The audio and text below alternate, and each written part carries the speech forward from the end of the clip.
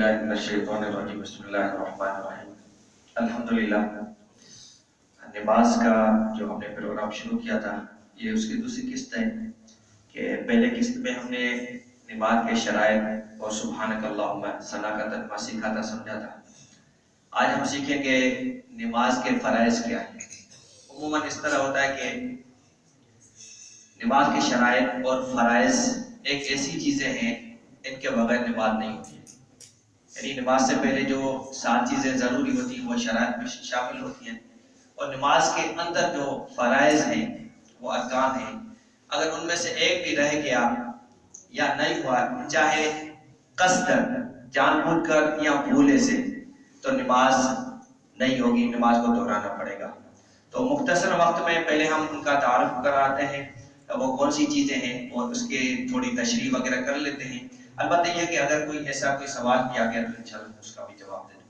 لیکن سب سے پہلے نماز کے فرائض میں تکبیر تحریمہ، تکبیر تحریمہ کہتے ہیں اللہ اکبر، یعنی وہ تکبیر جس کے کہنے کے بعد نماز کے حالت میں ہر جائز چیزیں ناجائز ہو جاتی ہیں، یعنی کھانا پینا، باتیں کرنا، یہ ساری چیزیں جائز تھیں لیکن نماز کے اندر حرام ہو گئی۔ لیکن تکبیر تحریمہ اللہ اکبر کہنا یہ فرائض میں شامل ہے۔ ہاتھ اٹھانا، ہاتھ باندھنا، کہاں تک اٹھانا یہ سنت میں شامل ہے۔ اللہ اکبر کہنا یہ فرائض ہے، لیکن پہلے شروع والا اللہ اکبر، ایسے نہ ہو کہ سجدے والا اللہ اکبر، سجدے میں جاتے ہوئے اللہ اکبر کہہ دیا، وہ فرائض میں شامل نہیں ہے۔ پہلا اللہ اکبر کہتے ہوئے ہاتھ اٹھانا یہ فرائض میں شامل ہے۔ اگر ہم نے اللہ اکبر نہیں کہا، امام ابو حنیفہ کے نزدیک کہ اس سے ملتے جلتے الفاظ ہیں، اللہ اعظم، اللہ اعلیٰ، لیکن ظاہر بات ہے معاشرے میں اللہ اکبر ہی چلتا ہے، تو اللہ اکبر کہنا فرض ہے، ہاتھ اٹھانا اور ہاتھ باندھنا سنت میں شامل ہے۔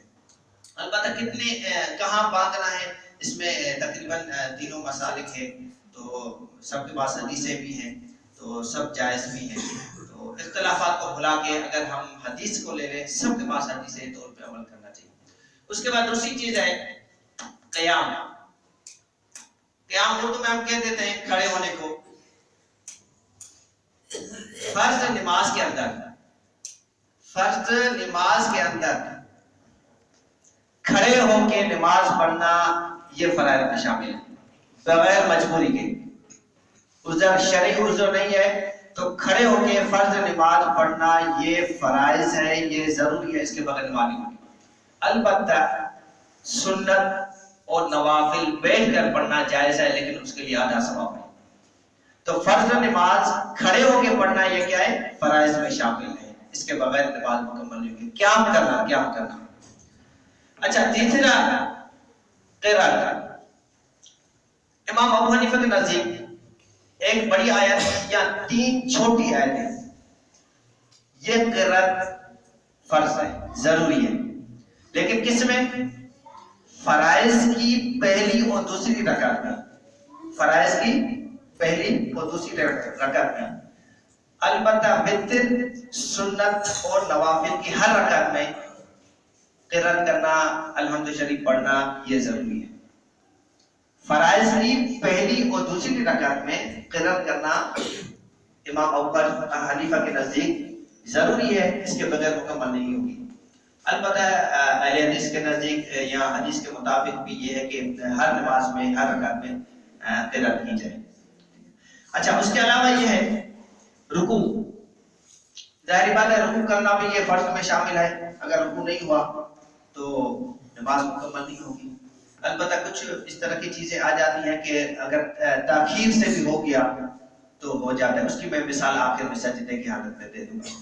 اچھا، اس کے بعد ہے سجود، سجدہ۔ جتنے بھی سجدے نماز کے اندر وہ سارے کے سارے کرنا ضروری ہے۔ البتہ ایک ویسے بتانا تو نہیں چاہیے، البتہ کبھی کبھی ایسی صورتحال آ جاتی ہے کہ اگر ایک سجدہ آدمی بھول گیا، اب کیا کریں؟ 2 سجدے کرنے تھے پہلی رکعت میں تو بھول گیا، تو امام ابو حنیفہ کے نزدیک یہ ہے کہ ایک سجدہ جو بھول گیا آخر میں کر سکتا ہے، 2 کے بجائے 3 کر سکتا ہے، لیکن یہ صورتحال تو نہیں آتی ہے، ویسے بتا دیا۔ تو سجدہ اور رکوع یہ بھی فرائض میں شامل ہے، اگر رہ گیا تو نماز مکمل نہیں ہوگی، چاہے سجدہ سہو دے چاہے کچھ بھی کرے نماز مکمل نہیں ہوگی۔ اس کے بعد ہے آخری قاعدہ، آخری قاعدہ یعنی بیٹھنا۔ دوسری رکعت میں آخری قاعدہ دوسری رکعت میں ہوتا ہے، 4 رکعت میں آخری قاعدہ چوتھی رکعت میں ہوتا ہے، اس کے اندر بیٹھنا، التحیات جتنا بیٹھنا یہ فرائض میں شامل ہے۔ البتہ پہلا قاعدہ یعنی 4 رکعت والی نماز ہے تو اس میں دوسری رکعت میں اگر آدمی نہیں بیٹھتا ہے تو امام ابو حنیفہ کے نزدیک وہ واجب ہے۔ پہلا قاعدہ یعنی 4 رکعت والی نماز میں دوسری رکعت میں اگر آدمی التحیات کے مقدار نہیں بیٹھتا ہے تو وہ واجب ہے، آخر میں سجدہ سہو کر سکتا ہے۔ تو ہر نماز کا آخری قاعدہ یہ فرائض میں شامل ہے۔ البتہ اہل حدیث کے نزدیک التحیات پڑھنا بھی فرائض میں شامل ہے، اور ان کے نزدیک چاہے پہلا قاعدہ ہو چاہے دوسرا قاعدہ ہو، حدیث کے مطابق وہ بھی حدیثیں سب کے پاس ہیں، ان کے پاس بھی ہیں ان کے پاس بھی ہے، سب کے پاس ہیں۔ اصل میں جو اختلاف حدیثوں کی وجہ سے ہوا ہے وہ 2 وجہ سے ہوا ہے۔ ایک تو یہ ہوا ہے کہ ہمارے پاس جو حدیث آئی ہے وہ صحیح ہے، اور دوسرے پاس جو حدیث ہے وہ ضعیف ہے۔ میرے پاس صحیح ہے اور فلاں کے پاس جو حدیث پہنچی ہے وہ ضعیف ہے۔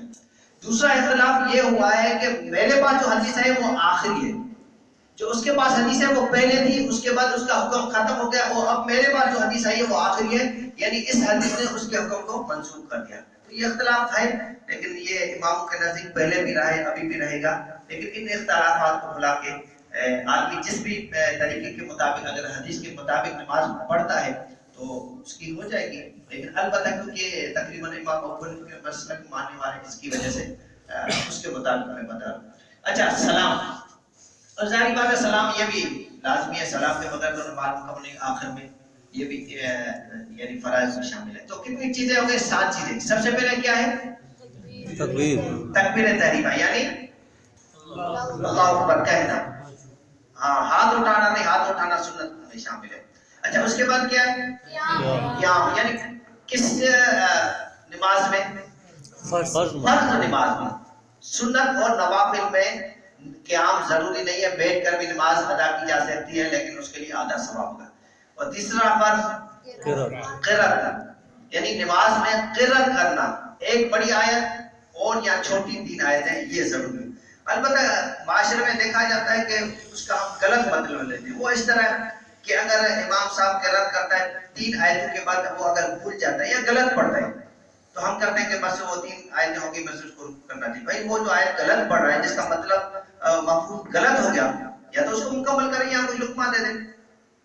یعنی ایسے نہیں اللہ نہ کرے 3 آیتیں تو اس نے پڑھی، چوتھی جیسی پڑھی تو آیت بھول گیا یا آیت کا مفہوم غلط ہو گیا، یا ایسا کوئی ترجمہ نکل آیا جس میں شرک ہو گیا، ہم بولتے نہیں امام صاحب کو بس 3 آیتیں پڑھی تھی امام ابو حنیفہ نے، بھائی وہ جو آیت غلط پڑھا ہے جس کا مطلب اگر غلط ہے، مفہوم اگر غلط ہے، ترجمہ اگر غلط ہے تو کوئی لقمہ دے، اس کو پتہ ہے وہ تو مکمل کرے نا، تاکہ اس طرح نہ ہو کہ ایسے شرک کے الفاظ نکل آئے۔ اور شرک کے نماز کے اندر شرک کے الفاظ نکالنے سے بھی نماز ٹوٹ جاتی ہے۔ شرک کے الفاظ مقصد کہ ایسے کوئی الفاظ آ گئے جہاں بیچ دینا تھا وہاں زبر آ گئی، تو جہاں زبر دینی تھی کہیں کسی حالت میں، وہ کچھ حالتیں تو امام بلکہ تمام علماء کے نزدیک اس طرح کی شرک کے الفاظ کہنا، چاہے بھولے سے ہو چاہے شعور کی طور پہ چاہے لاشعوری کی طور پہ، اس سے نماز کو دوبارہ لوٹانا ضروری ہو جائے گا۔ تو اگر اس طرح کی غلطی ہو جاتی ہے لیکن اس کا مفہوم غلط ہو جاتا ہے تو اس کو بتا دینا چاہیے تاکہ نماز صحیح ہو جائے، مکمل ہو جائے۔ اچھا قرأت کے بعد کیا تھا؟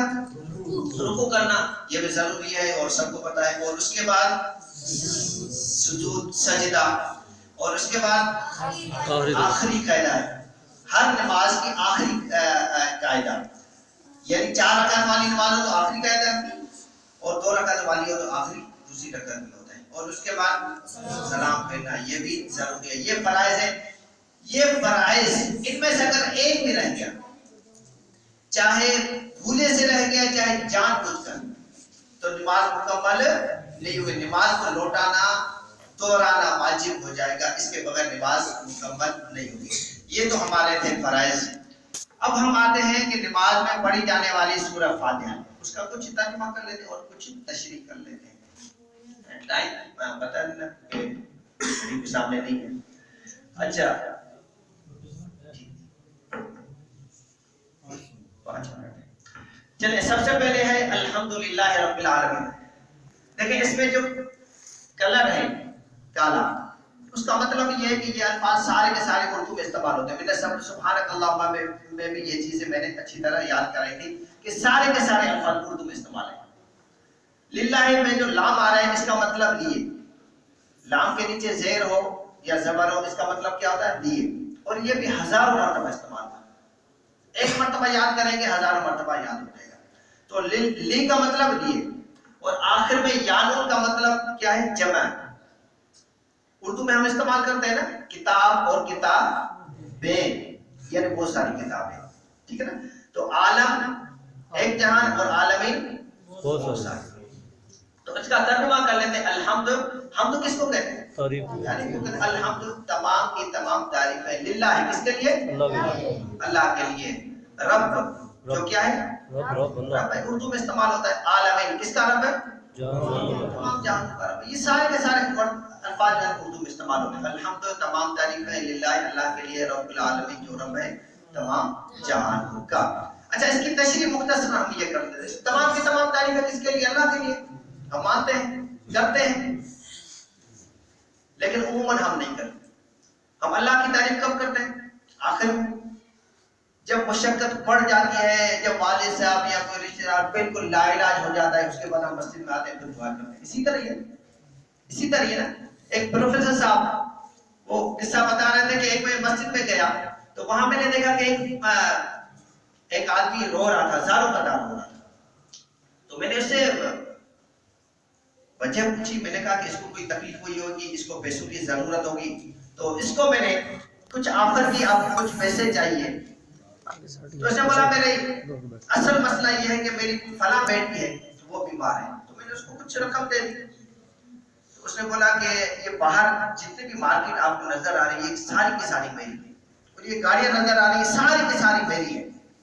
اس نے کہا گاڑی بھی آپ کے پاس ہے اور بہت زیادہ گاڑیاں ہیں، مارکیٹ ہے، پیسہ ہے، دولت ہے، تو آپ زاروں قطار کیوں رو رہے ہیں بیٹی کے لیے؟ کہا کہ جس کے پاس تم آخر میں جاتے ہو میں سب سے پہلے اس کے پاس پہلے جاتا ہوں. یعنی جس اللہ سے تم آخر میں فریاد کرتے ہو کہ یا اللہ میری بیٹی کو شفا دے دے، اب ڈاکٹر نے اس کو لا علاج کر دیا ہے، اس کے پاس میں سب سے پہلے آتا ہوں، پہلے اس کو فریاد کرتا ہوں یا اللہ ڈاکٹر کے پاس میں نے اس کو پہنچا دیا، اب اس کو شفا دینا تمہارا. یا اللہ میں نے فلاں کام کر دیا ہے، اب اس میں برکت ڈالنا آپ کا کام. اچھا عموماً اس طرح ہوتا ہے کہ جب ہمیں فائدہ ہوتا ہے تو ہم اس فائدے کو اپنا فائدہ اور نقصان ہوتا ہے تو اللہ کی طرف. یعنی اگر کاروبار میں برکت ہو جاتی تو میں کہتا ہوں میری محنت ہے، میرا دن رات جاگنا، محنت کرنا مسلسل اور اس کے لیے دماغ لڑانا، جس کی وجہ سے میرے کاروبار میں برکت نہیں. اگر خدا خاصا کاروبار کو آگ لگ گئی تو ہم کیا کہتے ہیں؟ جو اللہ کو یعنی برکت منظور نہیں تھی. یعنی دیکھیں نا برکت اپنے واسطے اور نقصان ہم کہتے ہیں جو اللہ کو منظور ہے. بس اللہ کو منظور نہیں تھا اس لیے نقصان ہو گیا کہ اللہ نعوذ باللہ نقصان کے لیے بیٹھا ہوا ہے. جن تھے نا جنات، انہوں نے بھی جب سورہ جن میں یہ واقعہ آتا ہے کہ انہوں نے بھی جب یہ الفاظ استعمال کیے کہ ہم نہیں جانتے دنیا والوں کے ساتھ برائی کا ارادہ کیا گیا یا ان کے رب نے ان کے ساتھ اچھائی کا ارادہ کیا. برائی کے لیے انہوں نے رب کا استعمال نہیں کیا، اور جب اچھائی کے لیے تو انہوں نے رب کا نام لیا کہ یا ان کے رب نے ان کے ساتھ اچھائی کا برتاؤ کیا ہے. تو ہم کیا کرتے ہیں؟ ہم برائی کے وقت تو نعوذ باللہ اللہ تبارک و تعالیٰ کی نسبت کرتے ہیں، اور نیکی ہوتی برکت ہوتی تو وہ ساری کی ساری اپنی طرف کر لیتے ہیں. تو ہر حالت میں ہمیں اللہ تبارک و تعالیٰ کا شکر کرنا چاہیے. اچھا ویسے مختصر ایک اور چیز ہو گئی، یہ ناشکری ہم کیوں کرتے ہیں؟ تعریف عموماً کیوں نظر نہیں آتی ہے؟ آج کل جس سے بھی پوچھا جائے نا بڑی بڑی ملکیں تمہارا آپ کے پاس شکر ہے، گزارا ہو رہا ہے، زندگی کی گاڑی چل رہی ہے. یہ ناشکری ہم کیوں کرتے ہیں؟ ہم سے پہلے جتنے بھی آبا اجداد تھے ان کے پاس مال دولت تھی نہیں تھی نا، شکر خان ان کے پاس. اس کی بھی سب سے بڑی مثال یہ ہے کہ ایک بندہ تھا، وہ بادشاہ سلامت سے پوچھ رہا تھا کہ بادشاہ سلامت آپ کے پاس اتنا مال دولت بھی ہے اور آپ پھر بھی پریشان رہتے ہیں، یہ جو دربان ہے یہ اس کے پاس کچھ پیسہ بھی نہیں ہے لیکن ہر وقت خوش رہتا ہے. تو بادشاہ نے اس کو چھوٹی سی مثال کے لیے اس کو کہہ دیا کہ فلاں رات کے فلاں وقت میں آپ میرے پاس آ جانا. بادشاہ نے ایک تھیلی شاپر جس کو کہتے ہیں اشرفی کے ساتھ بھر لی اور اس کے باہر لکھ دیا کہ یہ 100 اشرفیاں، اس کے باہر کیا لکھ دیا 100 اشرفیاں. وہ اشرفی لے کے وہ جو تھیلا تھا وہ لے کے اس جو دربار تھا اس کے گھر کے باہر رکھ دیا اور دستخط بھی دے دی اور خود آگے پیچھے ہو. وہ دربار باہر نکلا، اس نے دیکھا کہ تھیلا پڑا ہوا ہے اور اس میں لکھا ہوا ہے کہ 100 اشرفیاں. اس کو جب گننے لگا تو کتنی نکلی 99. کتنی اشرفیاں نکلی؟